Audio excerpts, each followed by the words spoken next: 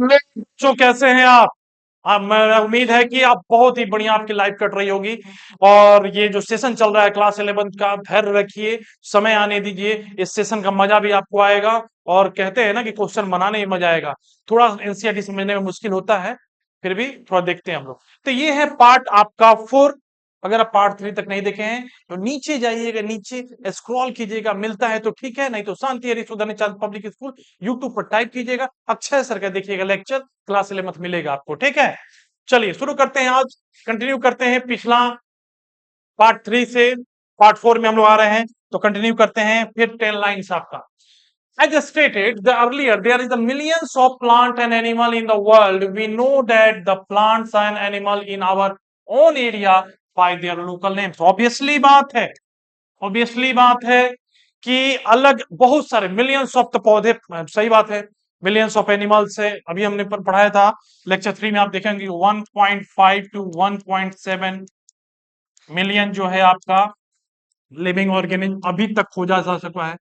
Living organism क्या हुआ है, आइडेंटिफाई किया जा चुका है, आइडेंटिफाइड किया जा चुका है। समझ रहे हैं बाबू, आइडेंटिफाइड किया जा चुका है। तो 1.5 से 1.7 मिलियन लिविंग ऑर्गेनिज्म जो है आइडेंटिफाई किया जा चुका है। ठीक है, तो इतना मिलियन होने के बाद ऑब्वियसली बात है कि भाई अर्थ बहुत बड़ा डाइवर्स है।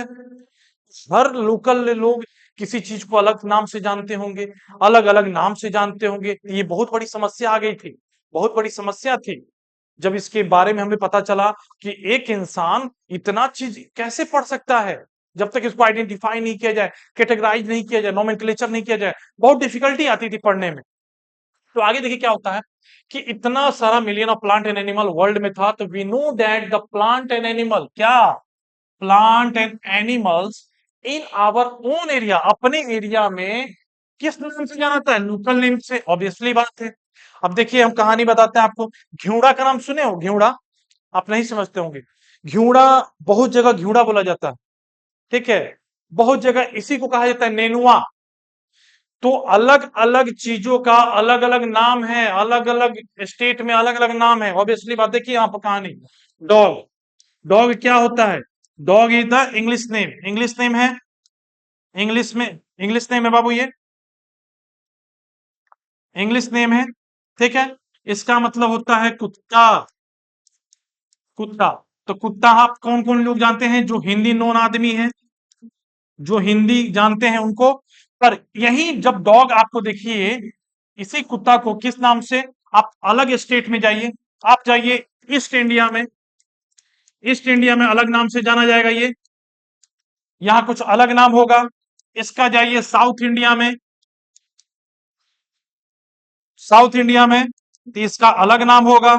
समझ रही है? इसका चल जाइए आप किस एरिया में, वेस्ट इंडिया में चल जाइए, तो इसका अलग नाम होगा। सिर्फ इंडिया का ही हम बता रहे हैं।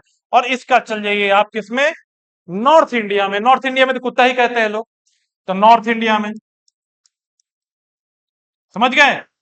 तो इंडिया में ही इतने सारे लोकेशन पर इस कुत्ता को कितने कितने लोकल नेम से भी जाना जाता है।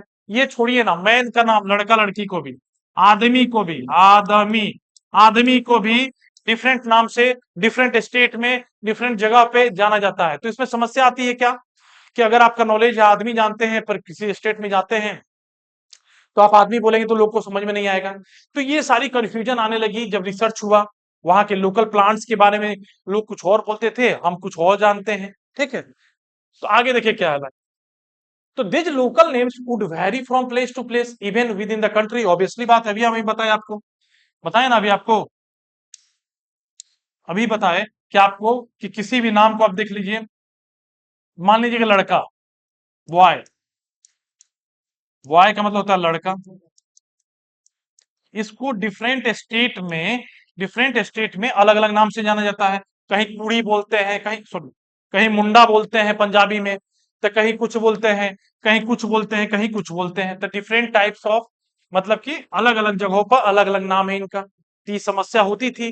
ठीक है, तो अगला लाइन हमारा क्या बोलता है, probably you would recognize the confusion that would be created if we did not find, we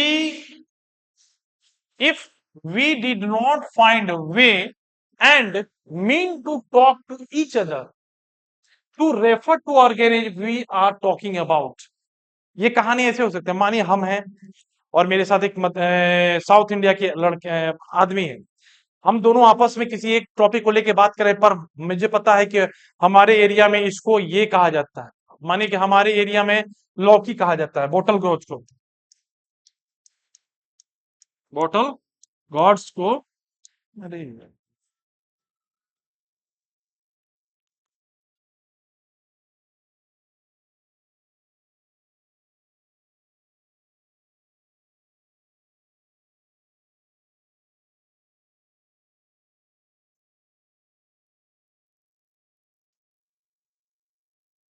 क्या किया जाए, समझ गए? इसको कहते हैं हम लोग अपने हिसाब में लौकी, लौकी। पर क्या लौकी साउथ इंडिया में लोग लौकी के नाम से जानते हैं? नहीं, साउथ इंडिया में अलग नाम होगा, वेस्ट इंडिया में अलग नाम होगा, ठीक है, वेस्ट इंडिया में अलग नाम होगा। तो अलग अलग जगहों पर अलग अलग नाम होगा। तो हो सकता है कि हम लौकी के बारे में बात कर रहे हो, पर वो मेरी बातों को नहीं समझ पा रहा है और वो उसकी बातों को हम नहीं समझ पा रहे हैं। पर कॉमन चीज है क्या? बॉटल में लौकी। पर जैसे ही कहानी बोतल गॉड्स पे आती है या कोई इसके साइंटिफिक नेम पर आती है, तो अगर हमने पढ़ा है वो भी पढ़े, तो तुरंत वहां कॉमन बात हो जाएगी, हाँ बात उसकी बात हो रही है। समझ गया ना? तो ये कहानी होती है जब हम कॉमन टॉपिक को बात करते हैं पर डिफरेंट डिफरेंट वर्ड यूज करते हैं उसी कॉमन चीज के लिए, तो कंफ्यूजन एराइज होती है कि ये किसके बारे में बात कर रहा है। ठीक है,